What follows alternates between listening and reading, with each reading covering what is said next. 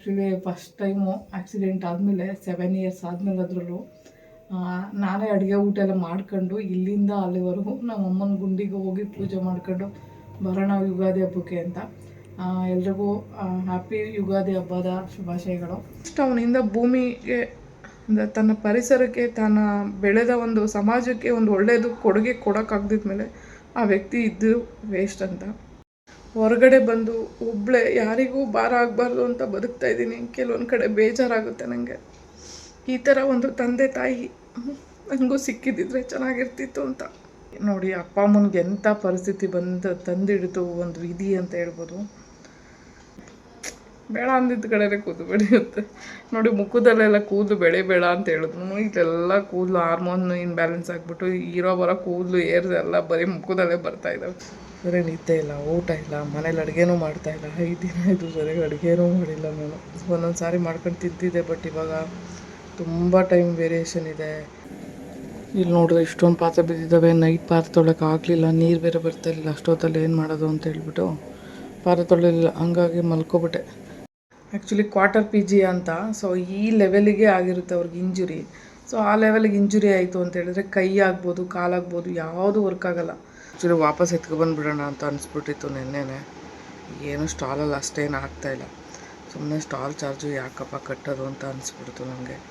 But ಬೇಕು ಅಂತಲೇ ದಯಾಮರಣಕ್ಕೆ court ಕಡೆಯಿಂದ ಪರ್ಮಿಷನ್ ತೊಗೊಂಡು ಬಂದು ಅವ್ನಿಗೆ ಇದೇ ಥರ ಸಾವು ಬರಬೇಕು, ಇಲ್ಲೇ ಸಾವು ಬರಬೇಕು ಅಂತ ಹೇಳ್ಸ್ಕೊಂಡು ಮಾಡಿಸೋದಿದೆಯಲ್ಲ. ಗ್ರೌಂಡಲ್ಲಿ ಆಲ್ಮೋಸ್ಟ್ ಯಾವಾಗವೂ ಸ್ಟಾಲ್ಸ್ ಎಲ್ಲ ಆಗ್ತಾ ಇರುತ್ತಂತೆ, ಇವೆಂಟ್ಸ್ ಎಲ್ಲ ಆಗ್ತಾ ಇರುತ್ತಂತೆ. ಹಂಗಾಗಿ ಈ ಸಾರಿ ಸ್ಟಾಲಲ್ಲಿ ನಮಗೆ ಏನೂ ಆಗಿಲ್ಲ ಅಂತ ಹೇಳ್ಬೋದು. ಆ್ಯಕ್ಚುಲಿ ಒಂದು ವಿಡಿಯೋ ನೋಡ್ತಾ ಇದೆ, ಸಿಕ್ಕಾಪಟ್ಟೆ ಬೇಜಾರಾಯ್ತಪ್ಪ. ಯಾಕಂದರೆ ದಯಾಮರಣ, ಇಚ್ಛಾಮರಣ ಅಂತ ಹೇಳ್ತಾರಲ್ಲ, ಇದ್ರ ಬಗ್ಗೆ ಆ ವಿಡಿಯೋ ನೋಡುವಾಗ ಕಣ್ಣಲ್ಲೇ ನೀರು ಬಂದುಬಿಡ್ತು ನನಗೆ. ಅಂತೆ ಅದರಲ್ಲೂ ಇದು ಬರೀ 800 ಈ ಥರ ಸಮಥಿಂಗ್ ಹಾಕ್ಕೊಳ್ತಾರೆ. ನಾವೊಂದು 2000 ಎಕ್ಸ್ಟ್ರಾ ಕೊಟ್ಬಿಟ್ಟು ಒಂದು ಕುಕ್ಕರ್ ತರಬೇಕಾಯ್ತದೆ. ಇವಾಗ ಒಂದು ಕುಕ್ಕರ್ ಆಲ್ರೆಡಿ ತಂದಿದ್ದೀನಿ, ಇದೇ ಸೇಮ್ ಸೈಜ್ದು. ಅನ್ನ ಮಾಡೋಕ್ಕಿಲ್ಲ, ಇನ್ನೇನು ಮಾಡೋಕ್ಕಾಗುತ್ತಪ್ಪ. ಕುಕ್ಕರ್ ಬೇಕೇ ಬೇಕು. ತಪ್ಪಲೆಲ್ಲಿ ಮಾಡೋಕ್ಕೆ ಹೋದ್ರೆ ಸೀದೋಗ್ಬಿಡುತ್ತೆ ಅನ್ನ. So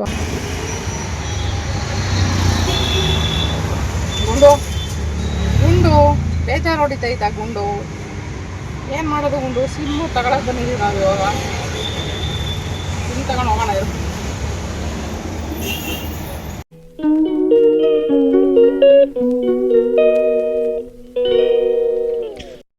hi, hello, good morning.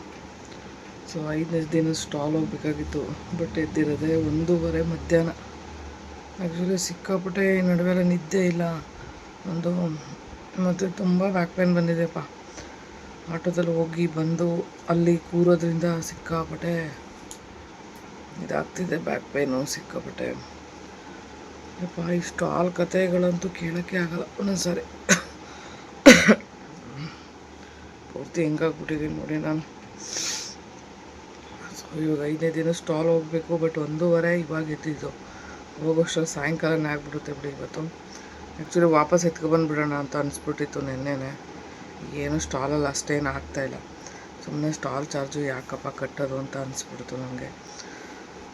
But ಏನು ಮಾಡೋದು, ಸ್ಟಾಲ್ ಆಗ್ತಾಗ ಎಲ್ಲ ಕಡೆ ಚೆನ್ನಾಗಿ ಆಗುತ್ತೆ ಅಂತ ಹೇಳಕ್ಕೆ ಬರಲ್ಲ. ಸೊ ಕೆಲವೊಂದು ಕಡೆ ಆಗದೇನೂ ಇರ್ಬೋದು.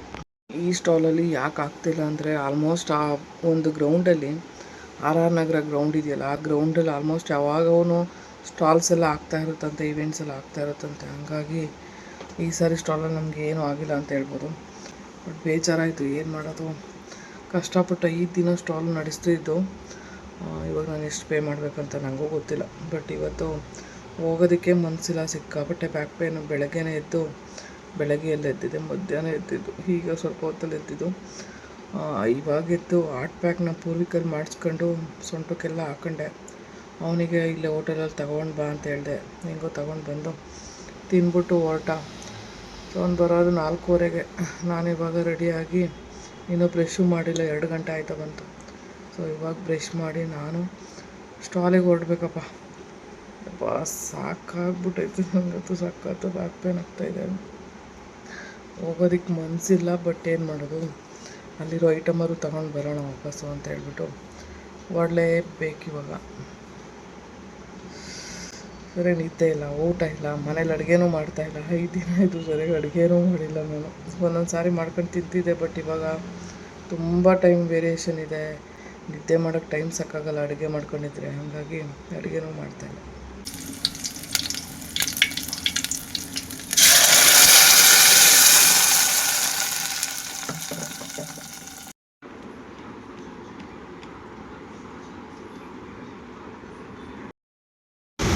ನಾಯಿ ಇದು ನೋಡಿದ ತಕ್ಷಣ ಮೀಟ್ ಡ್ರಾಪ್ ಆಗ್ಬಿಟ್ಟೈತೆ ಗುಂಡನ್ಗೆ. ಇಲ್ಲಿ ಓಡ್ ಬಂದ್ಬಿಟ್ಟು ಅವ್ನು ಕಳ್ಳ ಎದಕಂಡು.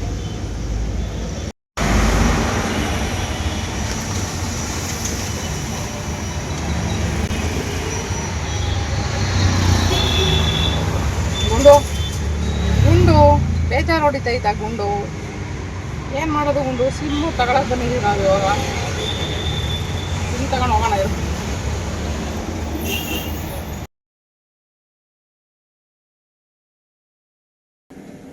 ಇಲ್ಲಿ ನೋಡಿದ್ರೆ ಇಷ್ಟೊಂದು ಪಾತ್ರೆ ಬಿದ್ದಿದ್ದಾವೆ. ನೈಟ್ ಪಾತ್ರೆ ತೊಳಕ್ಕೆ ಆಗಲಿಲ್ಲ, ನೀರು ಬೇರೆ ಬರ್ತಾಯಿರಲಿಲ್ಲ. ಅಷ್ಟೊತ್ತಲ್ಲಿ ಏನು ಮಾಡೋದು ಅಂತ ಹೇಳ್ಬಿಟ್ಟು ಪಾತ್ರೆ ತೊಳಿಲಿಲ್ಲ. ಹಂಗಾಗಿ ಮಲ್ಕೊಬಿಟ್ಟೆ. ಚಪಾತಿ ಮಾಡಿದ್ದಿದ್ದು, ಚಿಕನ್ ಮಾಡಿದ್ದಿದ್ದು ರಾತ್ರಿ. ಸೊ ಇವಾಗ ಎಲ್ಲ ಪಾತ್ರೆ ತೊಳಿಬೇಕು. ಅವನಿಗೆ ಅನ್ನ ರಸಮ್ ಮಾಡ್ತಾಯಿದ್ದೀನಿ ಟಿಫನ್ ಬಾಕ್ಸ್ಗೆ. ಸ್ಕೂಲಿಗೆ ಹೋಗ್ತಾನೆ ಪೂರ್ವಿ. ಸೊ ಅದಾದಮೇಲೆ ಮಿಕ್ಕಿದ ಕೆಲಸಗಳಿದ್ದಾವೆ. ವೀಡಿಯೋ ಎಡಿಟಿಂಗ್ ಮಾಡಬೇಕಿನ್ನು 2-3 ದಿನದಿಂದ ವೀಡಿಯೋನೇ ಹಾಕಿಲ್ಲ ನಾನು. ಕುಕ್ಕರ್ ತೊಗೊಂಡೋಗಿ ವಾಪಸ್ ತಂದಿದ್ದಾಯ್ತಪ್ಪ. ಇದು ಏನು ರಿಪೇರಿನೂ ಮಾಡೋಕ್ಕಾಗಲ್ವಂತೆ. ಒಂದು ಶಾಪಿಗೆ ಕೊಟ್ಟು 3 ದಿನ 4 ದಿನ ಆಯಿತು. ಸೊ ಅವರು ರಿಪೇರಿ ಮಾಡೋಕ್ಕೆ ಬರಲ್ಲ, ಇದು ಮತ್ತೆ ಸೋರುವಂಥ ಚಾನ್ಸಸ್ ಇರುತ್ತೆ, ಕುಕ್ಕರ್ನೇ ಬದಲಾಯಿಸ್ಬಿಡಿ ಅಂತ ಹೇಳ್ತಿದ್ದಾರೆ. ನೋಡಿದರೆ ಇದು ಕುಕ್ಕರ್ ತುಂಬ ಚೆನ್ನಾಗಿದೆ, ಗಟ್ಟಿ ಇದೆ. ಸ್ಟೀಲ್ ಕುಕ್ಕರ್ ಬೇರೆ. ನೀವು ನಂಬಲ್ಲ, ಇದನ್ನು ತೊಗೊಂಡು 1 ವರ್ಷದ ಮೇಲೆ 1.5 ವರ್ಷ ಆಯ್ತಾ ಬಂತು ಒಂದು ಕಡೆ. ಸೊ 1.5 ವರ್ಷ ಆದ್ರೂ ಸ್ಟೀಲ್ ಕುಕ್ಕರ್ ಆಗಿರೋದ್ರಿಂದ ವೆಯ್ಟು ಚೆನ್ನಾಗಿದೆ. ಎಷ್ಟು ತಿಕ್ನೆಸ್ ಚೆನ್ನಾಗಿದೆ ಗೊತ್ತಾ, ಇದು ಚೆನ್ನಾಗಿ ಬಳಸ್ಬೋದು. ಬಟ್ ಹ್ಯಾಂಡಲ್ ಹತ್ರನೇ ಕಿತ್ತೋಯ್ತು, ಹೆಂಗೆ ಕಿತ್ತೋಯ್ತು ಅನ್ನೋದು ಗೊತ್ತಾಗಲಿಲ್ಲ ನನಗೆ. ಬಟ್ ಕ್ಯಾಪ್ ಕೂಡ ಚೆನ್ನಾಗಿದೆ. ಇದನ್ನು ರೀಪ್ಲೇಸ್ ಮಾಡ್ಕೊಳ್ಳಿ ಅಂತೇಳಿ, ಅಂದರೆ ಎಕ್ಸ್ಚೇಂಜ್ ಮಾಡ್ಬೋದಂತೆ. ಎಕ್ಸ್ಚೇಂಜ್ ಮಾಡಿ ಮೇಲೆ ದುಡ್ಡು ಕೊಟ್ಟರೆ ಒಂದು ಕುಕ್ಕರ್ ಕೊಡ್ತಾರಂತೆ. ಅದರಲ್ಲೂ ಇದು ಬರೀ 800 ಈ ಥರ ಸಮಥಿಂಗ್ ಹಾಕ್ಕೊಳ್ತಾರೆ. ನಾವೊಂದು 2000 ಎಕ್ಸ್ಟ್ರಾ ಕೊಟ್ಬಿಟ್ಟು ಒಂದು ಕುಕ್ಕರ್ ತರಬೇಕಾಯ್ತದೆ ಇವಾಗ. ಒಂದು ಕುಕ್ಕರ್ ಆಲ್ರೆಡಿ ತಂದಿದ್ದೀನಿ, ಇದೇ ಸೇಮ್ ಸೈಜ್ದು. ಅನ್ನ ಮಾಡೋಕ್ಕಿಲ್ಲ, ಇನ್ನೇನು ಮಾಡೋಕ್ಕಾಗುತ್ತಪ್ಪ, ಕುಕ್ಕರ್ ಬೇಕೇ ಬೇಕು. ತಪ್ಪಲೆಲ್ಲಿ ಮಾಡೋಕ್ಕೆ ಹೋದ್ರೆ ಸೀದೋಗ್ಬಿಡುತ್ತೆ ಅನ್ನ. ಸೊ ಹಂಗಾಗಿ ಕುಕ್ಕರ್ ತಂದಿದ್ದಾಯಿತು. ಇದಕ್ಕೇನಾದರೂ ಆಲ್ಟರ್ನೇಟ್ ಮಾಡೋಣ ಅಂತ ವೆಯ್ಟ್ ಮಾಡ್ತಾಯಿದ್ದೀನಿ. ನೋಡಿದ್ರೆ ಇದನ್ನ ಹಾಕ್ಬಿಟ್ಟು ಕುಕ್ಕರ್ ತಗೊಳ್ಳಿ ಅಂತ ಹೇಳ್ತಾರೆ. ಸುಮ್ಮನೆ ಅದಕ್ಕೆ ಬೇರೆ ಇನ್ನೂ ದುಡ್ಡು ದಂಡ. ಆಲ್ರೆಡಿ ಒಂದು ಕುಕ್ಕರ್ ತಂದಿದ್ದಾಯಿತು, ಮತ್ತು ಇವಾಗ ಇದನ್ನು ಹಾಕ್ಬಿಟ್ಟು ಇನ್ನೊಂದು ಕುಕ್ಕರ್ ತಗೊಳ್ಳೋದು ಯಾಕೆ? ಅದಕ್ಕೆ ಇದಕ್ಕೆ ವೆಲ್ಡಿಂಗ್ ಮಾಡೋಣ ಅಂತ ಅಂದ್ಕೊಂಡಿದ್ದೀನಿ. ವೆಲ್ಡಿಂಗ್ ಮಾಡಿಸೋಣ ಅಂತ. ನಾನು ಮಾಡಲ್ಲ ಆ್ಯಕ್ಚುಲಿ, ವೆಲ್ಡಿಂಗ್ ಮಾಡಿಸ್ಬೇಕು. ಗ್ಯಾಸ್ ವೆಲ್ಡಿಂಗ್ ಮಾಡಿಸಿದ್ರೆ ಅಟ್ಲೀಸ್ಟ್ ಯೂಸ್ ಆದರೂ ಆಗ್ಬೋದು ಅನಿಸುತ್ತೆ. ಯಾಕಂದರೆ ಬೇರೆ ಕಡೆ ಏನೂ ಪ್ರಾಬ್ಲಮ್ ಇಲ್ಲ, ಬಟ್ ಇಲ್ಲಿ ಸೋರಬಾರ್ದು ಅನ್ನೋ ಒಂದು ರೀಸನ್ಗೆ ಕುಕ್ಕರ್ಗೆ ಇದನ್ನು ರೀಪ್ಲೇಸ್ಮೆಂಟ್ ಮಾಡೋದು, ಎಕ್ಸ್ಚೇಂಜ್ ಮಾಡೋದು ಯಾರು ಮಾಡ್ತಾರಪ್ಪ? ಅಷ್ಟು ಚೆನ್ನಾಗಿರೋ ಕುಕ್ಕರ್ನ. ತುಂಬ ಚೆನ್ನಾಗಿತ್ತು ಕುಕ್ಕರು. 1.5 ವರ್ಷದಿಂದ ಯೂಸ್ ಮಾಡ್ತಿದ್ದೆ. ನೋಡಿದ್ರೆ ಹಿಂಗಾಯಿತು. ಸೊ ಕುಕ್ಕರ್ ಕತೆ ಹಿಂಗಾಯಿತು ನೋಡಿ. ಪೂರ್ವಿನ ಸ್ಕೂಲಿಗೆ ಕಳಿಸಿದ್ದಾಯಿತು. ಬೆಳಗ್ಗೆ 7:30 ಕ್ಲಾಸು ಮತ್ತೆ ಸ್ಟಾರ್ಟ್ ಆಗಿದೆ ನಿನ್ನೆಯಿಂದ. ಸೊ ಬಟ್ ಬೆಳಗ್ಗೆನೇ ಎದ್ದು ಟಿಫನ್ ಮಾಡಿ ಅವನಿಗೆ ಬಾಕ್ಸ್ ಎಲ್ಲ ಕೊಡಬೇಕಾಗುತ್ತೆ, ಹಾಗಾಗಿ ಕಳಿಸಿದ್ದಾಯಿತು ಅವನನ್ನು. ಸೊ ಕಳಿಸ್ಬಿಟ್ಟು ಅದು ಬಿಟ್ಟು ಬೇರೆ ಕೆಲಸಗಳೆಲ್ಲ ಇದ್ದು. ಸೊ ಪಾತ್ರೆ ಒಂದಷ್ಟು ಇದ್ದು ಅಪ್ಪ, ಎಲ್ಲ ತೊಳೆದು ಕ್ಲೀನ್ ಮಾಡಿ. ನಾಳೆ ಹಬ್ಬ ಇದೆ. ಸೊ ಮನೇನೂ ಸ್ವಲ್ಪ ಕ್ಲೀನ್ ಮಾಡೋದಿದೆ. ಹೆಂಗೆ ಮಾಡೋದು ಏನು ಕತೆ ನಂಗೆ ಗೊತ್ತಾಗ್ತಾಯಿಲ್ಲ ನನಗೆ. ಸೊ ಇಬ್ಬರೂ ಮಾಡಿಸ್ಕೊಂಬರ್ಬೇಕು. ಸೊ ನೋಡಿ ಹೇಗಾಗ್ಬಿಟ್ಟಿದೆ. ಫುಲ್ಲು ಕೂದಲೆಲ್ಲ ತಿಕ್ನೆಸ್ ಅಂದರೆ ತಿಕ್ನೆಸ್ಸು ನನಗೆ. ಏನು ಮಾಡೋದು, ಎಲ್ಲ ಆ ಕಡೆ ಬರೀ ಹೇರ್ಸು. ಅಯ್ಯೋ ಹೋಗುತ್ತೆ. ಕೆಲವೊಂದು ಕಡೆ ಅನ್ಕೋಬೇಕಷ್ಟೆ, ಬೇಕಾಗಿರೋ ಪ್ಲೇಸಲ್ಲಿ ಬೆಳೆಯಲ್ಲ ಈ ಕೂದಲುಗಳು ಅಂತ. ನನಗಂತೂ ನಗು ಬರುತ್ತಪ್ಪ. ಯಾಕೆ ಅಂತ ಕೇಳಿ, ಇಲ್ಲಿ ನೋಡಿ ಎಲ್ಲ ಕೂದಲು ಉದ್ರೋಗ್ತಿತ್ತು. ಬೇಡ ಅಂದಿದ್ದ ಕಡೆನೇ ಕೂದಲು ಬೆಳೆಯುತ್ತೆ ನೋಡಿ. ಮುಖದಲ್ಲೆಲ್ಲ ಕೂದಲು ಬೆಳೆಬೇಡ ಅಂತ ಹೇಳಿದ್ರು. ಇಲ್ಲೆಲ್ಲ ಕೂದಲು ಹಾರ್ಮೋನ್ ಇನ್ಬ್ಯಾಲೆನ್ಸ್ ಆಗಿಬಿಟ್ಟು ಬರೋ ಕೂದಲು ಏರ್ಸ್ ಎಲ್ಲ ಬರೀ ಮುಖದಲ್ಲೇ ಬರ್ತಾಯಿದ್ದಾವೆ. ತಲೆ ಮೇಲೆ ಕೂದಲು ಬೆಳೆಯೋಕ್ಕೆ ಏನಪ್ಪ ಈ ಕೂದಲಿಗೆ ಕಷ್ಟ? ಆ್ಯಕ್ಚುಲಿ ಒಂದು ವೀಡಿಯೋ ನೋಡ್ತಾ ಇದೆ, ಸಿಕ್ಕಾಪಟ್ಟೆ ಬೇಜಾರಾಯ್ತಪ್ಪ. ಯಾಕಂದರೆ ದಯಾಮರಣ ಇಚ್ಛಾಮರಣ ಅಂತ ಹೇಳ್ತಾರಲ್ಲ, ಇದ್ರ ಬಗ್ಗೆ ಆ ವಿಡಿಯೋ ನೋಡುವಾಗ ಕಣ್ಣಲ್ಲೇ ನೀರು ಬಂದುಬಿಡ್ತು ನನಗೆ. ಯಾಕಂದರೆ ಒಬ್ಬ ಮನುಷ್ಯನಿಗೆ ಸಾವು ಯಾವಾಗ ಬರುತ್ತೆ ಅಂತ ಯಾರಿಗೂ ಗೊತ್ತಿಲ್ಲ. ಸೊ ಅವ್ನಿಗೆ ಯಾವಾಗ ಸಾವು ಬರುತ್ತೋ ಅವ್ನು ಸಾಯ್ತಾನೆ. ಆದರೆ ಸಾವು ಇದೇ ಟೈಮಿಗೆ ಬರಬೇಕು, ಹಿಂಗೆ ಬರಬೇಕು ಅಂತ ನಾವು ಕೋರ್ಟ್ ಕಡೆಯಿಂದ ತಗೊಂಡು ಬಂದು ಆರ್ಡ್ರ್ ಮಾಡಿಸ್ಕೊಂಡು ಬಂದು ಸಾಯೋದಿದೆಯಲ್ಲ, ಅದು ಹೆಂಗಿದೆ ನೋಡಿ ಕತೆ. ಆ ವ್ಯಕ್ತಿಗೆ ಗೊತ್ತೇ ಇಲ್ಲ ನಾನು ಇವತ್ತು ಸಾಯ್ತೀನಿ ಅಂತ. ಬಟ್ ಆದರೆ ಪರಿಸ್ಥಿತಿ ನೋಡಿ, ಅಪ್ಪ ಅಮ್ಮನಿಗೆ ಎಂಥ ಪರಿಸ್ಥಿತಿ ತಂದಿಡ್ತು ಒಂದು ವಿಧಿ ಅಂತ ಹೇಳ್ಬೋದು. ಅಪ್ಪ ನಿಜ ನೆನೆಸ್ಕೊಂಡಾಗ ಒಂಥರ ಬೇಜಾರಾಗುತ್ತೆ. ಲೈಫು ಯಾವಾಗ ಹೇಗೆ ಚೇಂಜ್ ಆಗುತ್ತೆ ಗೊತ್ತಿಲ್ಲ. ಒಬ್ಬ ವ್ಯಕ್ತಿ ಹೊರಗಡೆ ಹೋದ್ಮೇಲೆ ಅವನು ಹೆಂಗೆ ಸಾಯ್ತಾನೆ ಅಂತ ಯಾರಿಗೂ ಗೊತ್ತಿರಲ್ಲ, ಅವನಿಗೂ ಗೊತ್ತಿರಲ್ಲ. ನಾನು ಇವತ್ತು ಸಾಯ್ಬೋದು, ಇಲ್ಲ ಮನೆಗೆ ಸೇಫಾಗಿ ಹೋಗ್ಬೋದು ಅಂತ. ಬಟ್ ಬೇಕು ಅಂತಲೇ ದಯಾಮರಣಕ್ಕೆ ಕೋರ್ಟ್ ಕಡೆಯಿಂದ ಪರ್ಮಿಷನ್ ತೊಗೊಂಡು ಬಂದು ಅವ್ನಿಗೆ ಇದೇ ಥರ ಸಾವು ಬರಬೇಕು, ಇಲ್ಲೇ ಸಾವು ಬರಬೇಕು ಅಂತ ಹೇಳ್ಸ್ಕೊಂಡು ಮಾಡಿಸೋದಿದೆಯಲ್ಲ, ಅದರಲ್ಲೂ ಒಂದು ತಾಯಿ 9 ತಿಂಗಳು ಎತ್ತು ಹೊತ್ತು ಎಷ್ಟು ಕಷ್ಟ ಇರುತ್ತೆ ಒಂದು ಮಗುನ ಸಾಕೋದಕ್ಕೆ. ಸೇಮ್ ಏಜು, ಆ್ಯಕ್ಚುಲಿ ಹರೀಶ್ ಅಂತ ಸೇಮ್ ಏಜು. ಸೊ ಇವತ್ತು ಎಲ್ಲ ಕಡೆ ವೈರಲ್ಲು ಟ್ರೆಂಡಿಂಗಲ್ಲಿ ಇರೋವಂಥ ಒಂದು ವಿಡಿಯೋ, ಒಂದು ವ್ಯಕ್ತಿ. ಬಟ್ ಆ ವ್ಯಕ್ತಿ ಇವಾಗ ಭೂಮಿ ಮೇಲೆ ಇಲ್ಲ.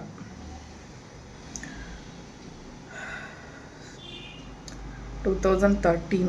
ಸೊ ಆ ಟೈಮಲ್ಲಿ ಒಂದು ಮಹಡಿಯಿಂದ ಬೀಳೋವಂಥ ಒಂದು ವ್ಯಕ್ತಿ ಇಂಜಿನಿಯರಿಂಗ್ ಮಾಡ್ತಾಯಿರ್ತಾರೆ. ಸೊ 13 ಅಂದರೆ ಸೇಮ್ ನಾನು ಡಿಗ್ರಿ ಓದೋ ಟೈಮ್ ಅದು. ಸೊ ಸೇಮ್ ಏಜು ಆ ವ್ಯಕ್ತಿಗೂ. ಬಟ್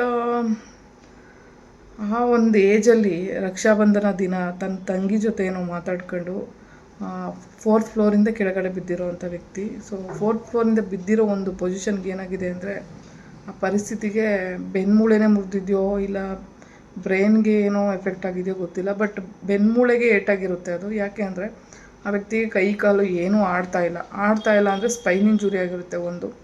ಮತ್ತು ಇಲ್ಲಿ ಈ ಲೆವೆಲಲ್ಲಿ ಏನಾದರೂ ಏಟಾಗಿತ್ತು ಅಂದರೆ ಆ ವ್ಯಕ್ತಿಗೆ ತಲೆ ಒಂದೇ ವರ್ಕ್ ಆಗೋದು, ಇನ್ನು ಇದ್ದಿದ್ದು ಪೂರ್ತಿ ಬಾಡಿನೂ ವರ್ಕ್ ಆಗಲ್ಲ. ಸೊ ಆಲ್ಮೋಸ್ಟ್ ಮೇಲಿಂದ ಬಿದ್ದಿದ್ದಾರೆ ಅಂದರೆ ಸ್ಪೈನ್ ಇಂಜುರಿ ಆಗಿರುತ್ತೆ. Spine injury actually quarter PG ಅಂತ.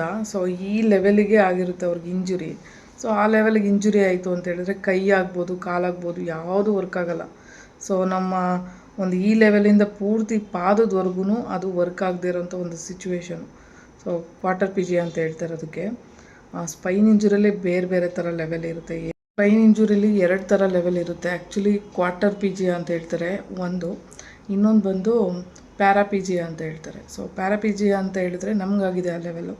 ಸೊ ಸೊಂಟದಿಂದ ಅಂದರೆ ಮಧ್ಯ ಬೆನ್ನಿಂದ ಕೆಳಗಡೆಗೆ ಆಗುವಂಥ ಒಂದು ಲೆವೆಲು, ಅಂದರೆ ಪೂರ್ತಿ ಲೋ ಲೆವೆಲ್. ನನಗೆ ಆಗಿರೋ ಒಂದು level T12 injury. So T12 ಅಂದರೆ ಮಧ್ಯ ಬೆನ್ನಿಗೆ ಬರುತ್ತೆ, ಬೆನ್ನಿಂದ ಕೆಳಗಡೆಗೆ ಬರೋವಂಥ ಇದನ್ನೆಲ್ಲ ಪ್ಯಾರಾಪಿಜಿಯಾ ಅಂತ ಹೇಳ್ತಾರೆ. ಪ್ಯಾರಾಪಿಜಿಯಾ ಸ್ಪೈನ್ ಇಂಜುರಿ ಅಂತ ಹೇಳ್ತಾರೆ. ಸೊ ಬೆನ್ನು ಮೂಳೆಯಿಂದ ಮೇಲಕ್ಕೆ ಇಲ್ಲಿವರೆಗೂ ಕತ್ತವರೆಗೂ ಆಗುವಂಥ ಒಂದು ಇಂಜುರಿನ ಪ್ಯಾರಾಪಿಜಿಯಾ ಸ್ಪೈನ್ ಇಂಜುರಿ ಅಂತ ಹೇಳ್ತಾರೆ. ಸೊ ಈ 2 ಲೆವೆಲ್ ಇದೆಯಲ್ಲ, ಸಿಕ್ಕಾಪಟ್ಟೆ ಕಷ್ಟ. ಬಟ್ ನಮಗೆ ದೇವರು ಕೈ ಚೆನ್ನಾಗಿ ಕೊಟ್ಟಿದ್ದಾನೆ. ದೇವ್ರಿಗೆ ನಿಜವಾಗ್ಲೂ ತುಂಬ ಥ್ಯಾಂಕ್ಸ್ ಹೇಳಬೇಕು. ಯಾಕೆ ಅಂತ ಕೇಳಿ, ಆಲ್ಮೋಸ್ಟ್ ಇವಾಗ ಹರೀಶ್ ಅಂತ ಹೇಳಿದ್ನಲ್ಲ, ಆ ವ್ಯಕ್ತಿಗೆ ತಾನು ನಗ್ತಾ ಇದ್ದೀನ, ತಾನು ಅಳ್ತಾ ಇದ್ದೀನ, ತಾನು ತಿಂತಾ ಇದ್ದೀನ, ತಾನು ಮೋಷನ್ ಆಗ್ತಿದೆಯಾ ಅಥವಾ ಯೂರಿನ್ ಆಗ್ತಿದೆಯಾ ಅಥವಾ ಫ್ಯಾಮಿಲಿ ಮೆಂಬರ್ಸ್ ಎಲ್ಲ ಬಂದು ನನ್ನನ್ನು ಮಾತಾಡಿಸ್ತಾ ಇದ್ದಾರಾ, ಇದೇನೂ ಗೊತ್ತಾಗ್ತಿಲ್ಲ. ಸೊ ಪೂರ್ತಿ ಅಂದರೆ ಅವರಿಗೆ ಒಂದು ಮೈಂಡ್ ಮಾತ್ರ ಬದುಕಿದೆ. ಇವಾಗ ತಲೆ ಬದುಕಿದೆ, ಕಣ್ಣು ಎಲ್ಲ ಆಡಿಸ್ಬೋದು, ಇದೆಲ್ಲ ಮಾಡ್ಬೋದು. ಬಟ್ ಆ ವ್ಯಕ್ತಿಗೆ ಏನಾಗ್ತಿದೆ, ಪ್ರಪಂಚದಲ್ಲಿ ಏನು ನಡೀತಾ ಇದೆ, ಮನೇಲಿ ಏನು ನಡೀತಿದೆ, ಅಕಸ್ಮಾತ್ ಅವ್ರ ಅಪ್ಪ ಅಮ್ಮಂಗೆ ಏಜ್ ಆಗಿದೆ, ಅವರು ನನ್ನ ನೋಡ್ಕೊಳ್ತಾ ಇದ್ದಾರೆ, ಎಷ್ಟು ಕಷ್ಟದಿಂದ ನೋಡ್ಕೊಳ್ತಾ ಇದ್ದಾರೆ, ಅಕಸ್ಮಾತ್ ಅವ್ರು ನನಗೆ ಊಟ ತಿನ್ಸೋಕ್ಕಾಗ್ತಿದೆ, ಏನು ಗೊತ್ತಾಗ್ತಿಲ್ಲ. ಸೊ ಈ ಒಂದು ಸಿಚುವೇಷನಲ್ಲಿ ಅಪ್ಪ ಅಮ್ಮದಿರಿಗೆ ಎಷ್ಟು ಕಷ್ಟ ಆಗುತ್ತಲ್ಲ, ಒಬ್ಬ ವ್ಯಕ್ತಿ ನೋಡ್ಕೊಳ್ಳೋಕ್ಕೆ ತುಂಬ ಕಷ್ಟ. ಇವಾಗ ನಮಗೆ ಕೈ ಕಾಲಾಡುತ್ತೆ, ನಂಗೆ ಮಾತು ಬರುತ್ತೆ, ನಾನು ತಿಂತೀನಿ, ಮತ್ತು ನನ್ನ ಕೆಲಸಗಳನ್ನ ನಾನೇ ಮಾಡ್ಕೊಳ್ತಿದ್ದೀನಿ. ಅಟ್ಲೀಸ್ಟ್ ಕೆಲಸ ಮಾಡ್ಕೊಳ್ತಾ ಇದ್ರು ಪರವಾಗಿಲ್ಲ, ಅವರಿಗೆ ಅವ್ರ ಅಪ್ಪ ಅಮ್ಮನಿಗೆ ಅಟ್ಲೀಸ್ಟ್ ನನ್ನ ಮಗ ಕೈ ಕಾಲು ಆಡಿಸೋ ಹಂಗಿದ್ದಿದ್ರು, ಅಥವಾ ಊಟ ತನ್ನಷ್ಟಕ್ಕೆ ತಾನೇ ತಿನ್ನೋ ಹಂಗಿದ್ದಿದ್ರು ನಾವು ಖುಷಿಯಾಗಿ ಅವನು ನೋಡ್ಕೋಬೋದಾಗಿತ್ತು ಅಂತ ಹೇಳ್ತಾರೆ ಕೊನೆಯದಾಗಿ. ಬಟ್ ನೋಡಿ, ಆ ತಾಯಿ ಅಷ್ಟು ಕಷ್ಟಪಟ್ಟು ಮಗನ ಸಾಕಿ ಕೊನೆಯದಾಗಿ ತನ್ನ ಮಗ ಸಾಯಬೇಕು ಅಂತ ಹೋಗಿ ಕೋರ್ಟ್ ಮೊರೆ ಹೋದಾಗ ಆ ತಾಯಿ ಎಷ್ಟು ನೋವಲ್ಲಿರ್ತಾರಲ್ಲ. ಸೊ ಒಂದು ವಿಡಿಯೋ ನೋಡ್ತಾ ಇದ್ದೆ ಯೂಟ್ಯೂಬಲ್ಲಿ, ನನಗೆ ಕಣ್ಣಲ್ಲಿ ನೀರು ಬಂತು. ಇಷ್ಟೆಲ್ಲ ಆ್ಯಕ್ಟಿವ್ ಇರೋ ಅಂಥವ್ರನ್ನೇ ಫ್ಯಾಮಿಲಿಯವ್ರು ನೋಡ್ಕೊಳ್ಳಲ್ಲ. ಆ ತಾಯಿ 13 ವರ್ಷದಿಂದ ತನ್ನ ಮಗುನ ಹೇಗೆ ನೋಡ್ಕೊಂಡಿರ್ಬೋದು?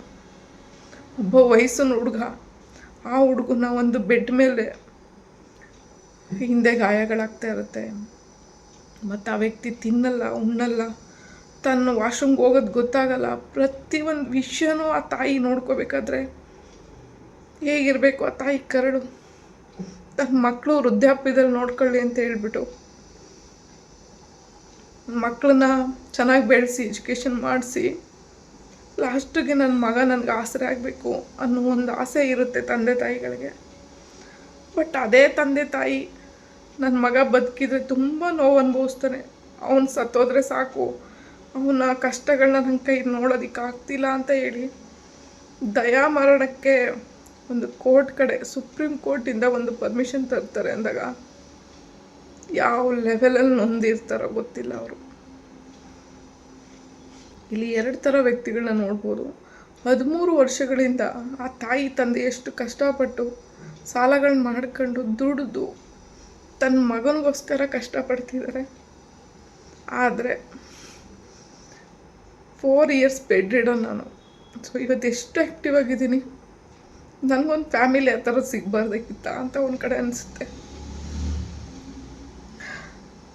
ಯಾರಿಗೂ ಹೊರೆ ಆಗಬಾರ್ದು ಅಂತ 2 ಕೈ ಮೇಲೆ ನಾನು ನಂಬಿ ಇವತ್ತು ಹೊರಗಡೆ ಬಂದು ಒಬ್ಬಳೇ ಯಾರಿಗೂ ಭಾರ ಆಗಬಾರ್ದು ಅಂತ ಬದುಕ್ತಾ ಇದ್ದೀನಿ. ಕೆಲವೊಂದು ಕಡೆ ಬೇಜಾರಾಗುತ್ತೆ ನನಗೆ. ಈ ಥರ ಒಂದು ತಂದೆ ತಾಯಿ ನನಗೂ ಸಿಕ್ಕಿದ್ದಿದ್ರೆ ಚೆನ್ನಾಗಿರ್ತಿತ್ತು ಅಂತ. ಬಟ್ ನಿಜ ಬೇಜಾರಾಗುತ್ತಪ್ಪ. ಎಂತೆಂಥವ್ರು ಹೆಂಗೆ ಭೂಮಿ ಮೇಲೆ ಇರ್ತಾರಂತ ಗೊತ್ತಿಲ್ಲ.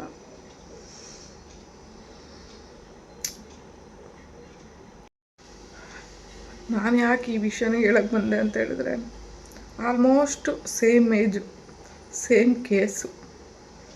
ಸೊ ಇಂಥ ಪರಿಸ್ಥಿತಿಲಿ ಅವ್ರ ಅಪ್ಪ ಅಮ್ಮ ಯಾವ ಥರ ಅವರು ನೋಡ್ಕೊಂಡು ಇಷ್ಟು ವರ್ಷಗಳು 13 ವರ್ಷಗಳು ಅವನನ್ನು ಬೆಡ್ ರಿಡನಲ್ಲೇ ನೋಡ್ಕೊಂಡು ತನ್ನ ಮಗ ಇವತ್ತೋ ನಾಳೆನೋ ಕಣ್ಣು ಬಿಡ್ತಾನೆ. ಆದರೆ ಕಣ್ಣಾಡಿಸ್ತಾ ಇದ್ದಾರೆ, ಕೈ ಕಾಲು ಆಡಿಸ್ತಾರೆ, ಮಾತಾಡ್ತಾರೆ, ಏನೋ ಒಂದಿಷ್ಟು ಊಟ ತಿಂತಾರೆ ಅನ್ನೋ ಒಂದು ಖುಷಿಯಾಗಿ ಇರ್ಬೋದು ಅವ್ರ ಜೊತೆ ನೆಕ್ಸ್ಟು ಅನ್ನೋ ಒಂದು ಲೆವೆಲಲ್ಲಿ ನೋಡ್ಕೊಳ್ತಾಯಿದ್ರು. ಬಟ್ ಅವ್ರಿಗೆ ಗೊತ್ತಿರಲಿಲ್ಲ ದಯಾಮರಣ ನಮ್ಮ ಮಗನಿಗೂ ಬರುತ್ತೆ ಅಂದರೆ ನಾವೇ ಅದನ್ನು ತರ್ತೀವಿ ಅನ್ನೋದು ಅವರಿಗೂ ಗೊತ್ತಿರಲಿಲ್ಲ. ಈ ಹರೀಶ್ ಅನ್ನೋರು ಉತ್ತರ ಪ್ರದೇಶದ ಗಾಜಿಯಾಬಾದ್ನವರು. ಸೊ ಒಂದು ಅಪಾರ್ಟ್ಮೆಂಟಲ್ಲಿ ಒಂದು ಫ್ಲ್ಯಾಟಲ್ಲಿ ಚಿಕ್ಕ ಫ್ಲ್ಯಾಟಲ್ಲಿ ಇರ್ತಾರೆ ಅವ್ರ ಅಪ್ಪ ಅಮ್ಮ ಎಲ್ಲ. ಬಟ್ ಈ ಹುಡುಗ ಬಂದು ಇಂಜಿನಿಯರಿಂಗ್ ಮಾಡೋದಕ್ಕೆ ಅಂತ ಬೇರೆ ಕಡೆ ಬಂದು ಒಂದು PGನಲ್ಲಿ ಇದ್ಕೊಂಡು ಸೊ ಇಂಜಿನಿಯರಿಂಗ್ ಮಾಡ್ತಾಯಿರ್ತಾರೆ. ಸೊ ಆ ಒಂದು ಸಿಚುವೇಷನಲ್ಲಿ ಈ ಥರ ಆಗೋದು. ಬಟ್ ಅವ್ರ ಅಪ್ಪ ಅಮ್ಮ ಕಂಪ್ಲೇಂಟ್ ಕೂಡ ಮಾಡ್ತಾರಂತೆ, ನನ್ನ ಮಗ ಬಿದ್ದಿಲ್ಲ, ಬೇರೆಯವರು ಯಾರೋ ಮಾಡಿರ್ಬೋದು, ತಳ್ಳಿರ್ಬೋದು ಅಂತ. ಬಟ್ ಯಾವುದೇ ಸಾಕ್ಷಿ ಸಿಗದೆ ಇರೋ ಒಂದು ರೀಸನ್ಗೆ ಅದು ಏನೂ ಕಂಪ್ಲೇಂಟ್ ರಿಜಿಸ್ಟರ್ ಆಗೋಲ್ಲ. ಸೊ ಮುಚ್ಚಾಕ್ತಾರಂತೆ ಕೇಸನ್ನ. ಸೊ ಅದಾದಮೇಲೆ ತುಂಬ ವರ್ಷಗಳು ಹಿಂಗೆ ಹಾಸಿಗೆಲ್ಲೇ ನೋಡ್ಕೊಂಡು ಅಪ್ಪ ಅಮ್ಮ ತುಂಬ ಕಷ್ಟಪಟ್ಟಿರ್ತಾರೆ. ಸೊ ಅವರು ಒಂದು ಕೆಲಸದಲ್ಲಿರ್ತಾರೆ ಅವರಪ್ಪ. ಬಟ್ ಅವ್ರಿಗೂ ರಿಟೈರ್ಡ್ ಆಗುತ್ತೆ. ಸೊ ರಿಟೈರ್ಡ್ ಆದಮೇಲೂ ಕೂಡ ಅವ್ರಿಗೆ ನೋಡ್ಕೊಳ್ಳೋದಕ್ಕೆ ಕಷ್ಟ ಆಗುತ್ತೆ. ಅವ್ರನ್ನ ನೋಡ್ಕೊಳ್ಳೋದಕ್ಕೆ ಅಂತ ಒಬ್ಬರನ್ನ ನೇಮಿಸ್ತಾರಂತೆ. ಅವ್ರ ಮಗುನ ನೋಡ್ಕೊಳ್ಳೋದಕ್ಕೆ ಅಂತ ಹೇಳ್ಬಿಟ್ಟು ಒಬ್ಬರು ದಾದಿನ ನೇಮಿಸ್ತಾರಂತೆ. ಸೊ ನೇಮಿಸಿದ್ರು ಕೂಡ ಇವ್ರಿಗೆ ಬರ್ತಾಯಿರೋ 18,000 ಸ್ಯಾಲ್ರಿಲಿ 17,000 ಸ್ಯಾಲ್ರಿನ ತನ್ನ ಮಗನ ನೋಡ್ಕೊಳ್ಳೋರಿಗೆ ಕೊಡಬೇಕಾಗಿರ್ತಿತ್ತಂತೆ. ಸೊ ಈ ಒಂದು ಸಿಚುವೇಷನಲ್ಲಿ ಅಪ್ಪ ಅಮ್ಮ ಎಷ್ಟು ಕಷ್ಟಪಟ್ಟು ಆ ಮಗುನ ಸಾಕಿದ್ದಾರೆ ಇದನ್ನೆಲ್ಲ ನೋಡುವಾಗ ಅನಿಸುತ್ತೆ. ಈ ದಯಾಮರಣದಲ್ಲೂ ಕೂಡ 3 ವಿಧಗಳಿದ್ದಾವೆ. ಸೊ ಅದರಲ್ಲಿ 3 ವಿಧಗಳಲ್ಲೇ ಬೇರೆ ಬೇರೆ ಥರ ಯಾವ ರೀತಿ ಸಾಯ್ಬೋದು ಅಥವಾ ಅವ್ರಿಗೆ ಯಾವ ಥರ ಮಾಡಿದ್ರೆ ಅವ್ರಿಗೆ ಸಾವು ಬರುತ್ತೆ ಅನ್ನೋದು ಕೂಡ ಮೆನ್ಷನ್ ಮಾಡಿದ್ದಾರೆ ಅದರಲ್ಲಿ. ಒಂದು ವಿಧ ಬಂದು ಆ್ಯಕ್ಟಿವ್ ಯುಥನೇಶಿಯಾ ಅಂತ, ವ್ಯಕ್ತಿಗೆ ಇಂಜೆಕ್ಷನ್ ಮೂಲಕ ಸಾಯಿಸೋವಂಥ ಒಂದು ಇದು. ಬಟ್ ಆ ಥರ ಹೇಳೋದಕ್ಕೆ ಒಂಥರ ಅನಿಸುತ್ತೆ ನೋಡಿ. ಸೊ ಎರಡನೇದು ಬಂದು ಪ್ಯಾಸಿವ್ ಯುಥನೇಶಿಯಾ ಅಂತ. ಸೊ ಅಂದರೆ ಈ ವ್ಯಕ್ತಿಗೆ ಆಲ್ರೆಡಿ ನಾವು ಕೊಡ್ತಾ ಇರೋವಂಥ ಊಟ, ನೀರು ಸರಬರಾಜು ಈ ಥರ ಅಂದರೆ ಬೇಸಿಕ್ ನೀಡ್ಸ್ ಏನೆಲ್ಲ ಕೊಡ್ತಾಯಿದ್ದೀವಿ ಅದನ್ನೆಲ್ಲ ನಿಲ್ಲಿಸಿ ಸಾವನ್ನ ತರೋ ಅಂಥದ್ದು. ಮೂರನೇದು ಬಂದು ಫಿಸಿಷಿಯನ್ ಅಸಿಸ್ಟೆಂಟ್ ಯುಥನೇಶಿಯಾ ಅಂತ. ಸೊ ವ್ಯಕ್ತಿ ತನ್ನಷ್ಟಕ್ಕೆ ತಾನೇ ಔಷಧಗಳನ್ನ ತಗೊಂಡು ಸಾಯೋವಂಥದ್ದು. ಬಟ್ ಆ ವ್ಯಕ್ತಿಗೆ ತಗೊಂಡು ಸಾಯೋಕ್ಕಾಗಲ್ಲ. ಸೊ ಅದರಲ್ಲಿ ಸುಪ್ರೀಂ ಕೋರ್ಟ್ ಆರ್ಡ್ರ್ ಮಾಡಿರೋ ಥರ ಇವಾಗ ಹೆಂಗೆ ಹುಟ್ಟು ಹೇಗೆ ಬದುಕೋದಕ್ಕೆ ಭೂಮಿ ಮೇಲೆ ಅರ್ಹರೋ ವ್ಯಕ್ತಿ, ಸೊ ಅದೇ ಥರ ಸಾಯೋದಕ್ಕೂ ಕೂಡ ಅದರಲ್ಲೂ ಡಾಕ್ಟ್ರು ಕಡೆಯಿಂದ ಸಾಯೋದಕ್ಕೂ ಕೂಡ ಅರ್ಹರಾಗಿರುತ್ತಾರೆ. ಅದೇ ಥರ ಸಾಯೋದಕ್ಕೂ ಕೂಡ ಅರ್ಹರಾಗಿರುತ್ತಾರೆ. ಯಾಕಂದರೆ ಈಗ ಆಲ್ಮೋಸ್ಟು ಬದುಕೋದಕ್ಕೆ ಒಂದು ಅರ್ಹತೆ ಪಡ್ಕೊಂಡು ಬಂದಿರೋಂಥ ವ್ಯಕ್ತಿ ಅವನಿಗೆ ಯಂತ್ರಗಳ ಮೂಲಕ ಬದುಕೋದಕ್ಕೆ ಆಗದೇ ಇರೋವಂಥ ಪರಿಸ್ಥಿತಿಲಿ ಅವನಿಗೆ ಒಂದು ಡೈರೆಕ್ಟು ಸಾವಿನ ರೂಪದಲ್ಲಿ ಒಂದು ಘನತೆ ಮೂಲಕನೇ ಡಾಕ್ಟ್ರು ಸಾವು ಕೊಡುವಂಥ ಒಂದು ಆಪ್ಷನ್ ಇದೆಯಂತೆ. ಸೊ ಹಂಗಾಗಿ ಆ್ಯಕ್ಚುಲಿ ಇದನ್ನು ದೇಶದ ಮೊದಲ ದಯಾಮರಣ ಅಂತ ಹೇಳ್ಬೋದು. ಯಾಕಂದರೆ ಆಲ್ಮೋಸ್ಟು ಗಲ್ಲು ಶಿಕ್ಷೆಗೆ ಈಡು ಮಾಡಿರೋವಂಥವ್ರು. ಆಲ್ಮೋಸ್ಟ್ ಗಲ್ಲು ಶಿಕ್ಷೆಗೆ ಒಳಪಡಿಸಿರೋರು ಬಿಟ್ಟರೆ ಈ ಥರ ಒಂದು ಸಾವು ದೇಶದಲ್ಲಿ ಪ್ರಥಮ ಬಾರಿಗೆ ಆಗಿರೋವಂಥದ್ದು. ಸೊ ಅದರಲ್ಲೂ ತನ್ನ ಕುಟುಂಬದವರು, ತನ್ನ ಎತ್ತು ಒತ್ತು ಮಾಡಿರೋ ಅಂದರೆ ಸಾಕಿರೋವಂಥ ತಾಯಿ ಹೋಗಿ ದಯಾಮರಣಕ್ಕೆ ಒಂದು ಕೋರ್ಟ್ ಮೂಲಕ ಮೊರೆ ಹೊತ್ತು ಬಂದಾಗ ಎಷ್ಟು ಬೇಜಾರು ಅನಿಸುತ್ತೆ ಅಂದರೆ, ಆಲ್ರೆಡಿ ಅವರು ಒಂದು ಹೈಕೋರ್ಟ್ಗೆ ಹೋಗ್ತಾರೆ. ದೆಹಲಿಯ ಹೈಕೋರ್ಟಿಗೆ ಹೋದಾದ್ಮೇಲೆ 1 ವರ್ಷದ ಹಿಂದೆಯೇ ಅವ್ರ ಅಪ್ಪ ಹೋಗಿ ಕೇಳಿದಾಗ ಅದನ್ನು ತಳ್ಳಿ ಹಾಕುತ್ತಂತೆ ಕೋರ್ಟು, ಈ ಥರ ಸಾವನ್ನು ಕೊಡೋದಕ್ಕೆ ಸಾಧ್ಯ ಇಲ್ಲ ಅಂತ. ಆಮೇಲೆ 1 ವರ್ಷ ಆದಮೇಲೆ ಮತ್ತೆ ಅವರು ತಂದೆ ತಾಯಿ ಇಬ್ಬರೂ ಹೋಗಿ ಕೇಳ್ಕೊಳ್ತಾರೆ. ಸುಪ್ರೀಂ ಕೋರ್ಟ್ಗೆ ಹೋಗುತ್ತೆ ಆ ಕೇಸು. ಅದರಲ್ಲಿ ವಾದ ವಿವಾದಗಳೆಲ್ಲ ನಡೆದು ಲಾಸ್ಟಿಗೆ ದಯಾಮರಣ, ಇಚ್ಛಾಮರಣ ಕೊಡೋದಕ್ಕೆ ಒಂದು ಪರ್ಮಿಷನ್ ಸಿಗುತ್ತೆ. ಆ ಪರ್ಮಿಷನ್ ಸಿಕ್ಕಿದ್ದಕ್ಕೆ ಇವರು ಖುಷಿ ಪಡಬೇಕೋ ಇಲ್ಲ ಮಗ ಉಸಿರು ಚೆಲ್ತಾನೆ ಅಂತ ಬೇಜಾರು ಮಾಡ್ಕೋಬೇಕು, ಎರಡೂ ಇಲ್ಲದಿರೋ ಒಂದು ಪರಿಸ್ಥಿತಿ ಅವ್ರದ್ದು. ಸೊ ಈ ವಿಷಯನ ಕೇಳುವಾಗ ಕಣ್ಣಲ್ಲೇ ನೀರು ಬರುತ್ತೆ. ಯಾರಿಗೆಲ್ಲ ಕಣ್ಣೀರು ಬಂತೋ ಗೊತ್ತಿಲ್ಲ, ಬಟ್ ನಾನು ಒಂದು ವಿಡಿಯೋ ನೋಡ್ಬೇಕಾರಂತೂ ಸಿಕ್ಕಾಪಟ್ಟೆ ಕಣ್ಣಲ್ಲಿ ನೀರು ಬಂತು. ಅದೇನು ಹೇಳ್ತಾರಲ್ಲ, ಇಂಥ ತಂದೆ ತಾಯಿಗಳನ್ನ ನಮ್ಮ ತೋರಿಸಿಗಲ್ಲ, ಅಂಥ ತಂದೆ ತಾಯಿಗೆ ನಮ್ಮಂಥವ್ರು ಮಕ್ಕಳಾಗೂ ಸಿಕ್ಕಿಲ್ಲ. ಏನು ಮಾಡೋದು, ಎಲ್ಲ ಹಣೆ ಬರ. ಹುಟ್ಟು ಸಾವು ಯಾವಾಗ ಬರುತ್ತೆ ಅಂತ ಗೊತ್ತಿಲ್ಲ, ಬಟ್ ಇರೋದ್ರಲ್ಲಿ ಬದುಕಬೇಕು. ಕೆಲವೊಂದು ವಿಷಯ ಕೇಳೋವಾಗ ಅನಿಸುತ್ತೆ, ಭೂಮಿ ಮೇಲೆ ಹುಟ್ಟಿದ ಮೇಲೆ ಅಟ್ಲೀಸ್ಟ್ ಅವನಿಂದ ಭೂಮಿಗೆ ಅಂದರೆ ತನ್ನ ಪರಿಸರಕ್ಕೆ, ತನ್ನ ಬೆಳೆದ ಒಂದು ಸಮಾಜಕ್ಕೆ ಒಂದು ಒಳ್ಳೆಯದು ಕೊಡುಗೆ ಕೊಡೋಕ್ಕಾಗ್ದಿದ್ಮೇಲೆ ಆ ವ್ಯಕ್ತಿ ಇದ್ದು ವೇಸ್ಟ್ ಅಂತ.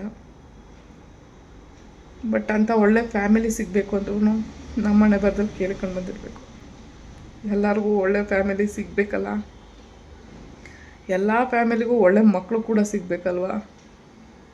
ಎರಡು ಕಡೆನೂ ಯೋಚನೆ ಮಾಡಬೇಕು. ಹಬ್ಬ ಇರೋದ್ರಿಂದ ಮಾವಿನ ಸೊಪ್ಪು, ಬೇವಿನ ಸೊಪ್ಪು, ಹೂವು ಎಲ್ಲ ತೊಗೊಂಡೋಗ್ಬೇಕು ಅಂತ ಮಾರ್ಕೆಟ್ಗೆ ಬಂದಿದ್ದೆ. ನನಗೆ ಬಗ್ಗಿ ರಂಗೋಲಿ ಹಾಕೋದಕ್ಕಾಗಲ್ಲ ವೀಲ್ಚೇರಿಂದ, ಹಂಗಾಗಿ ರಂಗೋಲಿ ಹಾಕೋ ಅಂತ ಹೇಳಿದ್ದೆ. ಹೋದ ವರ್ಷವೂ ಇದೇ ಥರ ಬಿಡಿಸಿದ್ದ, ಯಾವುದೋ ಏರೋಪ್ಲೇನ್ ಬಿಟ್ಬಿಟ್ಟಿದ್ದ ಅಂತ ಅನಿಸುತ್ತೆ, ಮರ್ತೋಗಿದ್ದೀನಿ ನಾನು.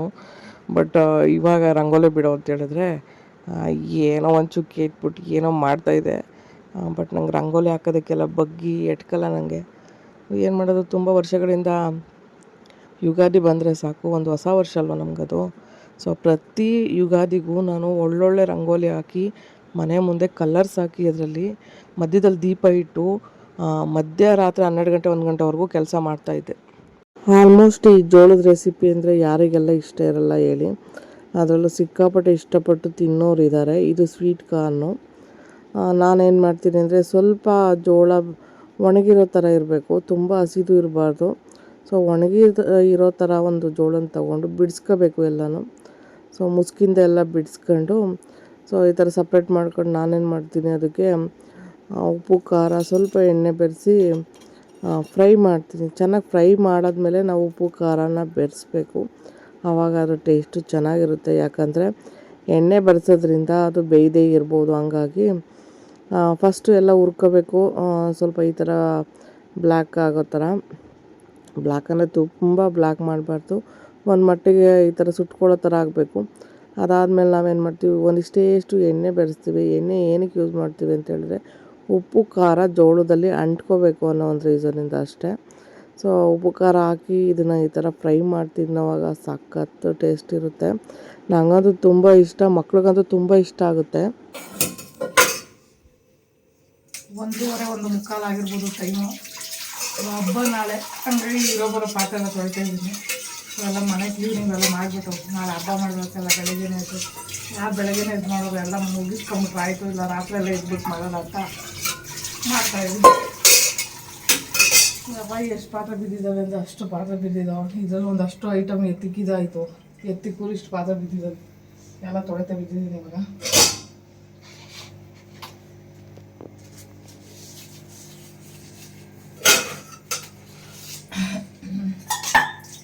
ಇನ್ನು ಮನೆ ಒರೆಸಿಲ್ಲ, ದೇವ್ರದಂತೂ ಎಲ್ಲ ಐಟಮು ದೇವ್ರದ್ದು ಎಲ್ಲ ರೆಡಿ ಮಾಡಿ ಇಟ್ಬಿಟ್ಟಿದ್ದೀನಿ. ಪಾತ್ರೆ ತೊಳಕ್ಕೆ ಮುಂಚೆನೆಲ್ಲ ರೆಡಿ ಮಾಡಿ ಇಟ್ಬಿಟ್ಟೆ, ಮತ್ತು ನಾಳೆ ಬೆಳಗ್ಗೆ ಎದ್ದು ನನಗೆ ರೆಡಿ ಮಾಡೋಕ್ಕಾಗುತ್ತೋ ಇಲ್ವೋ ಅಂದ್ಬಿಟ್ಟು ಎಲ್ಲ ಮಾಡಿಟ್ಟಿದ್ದೀನಿ.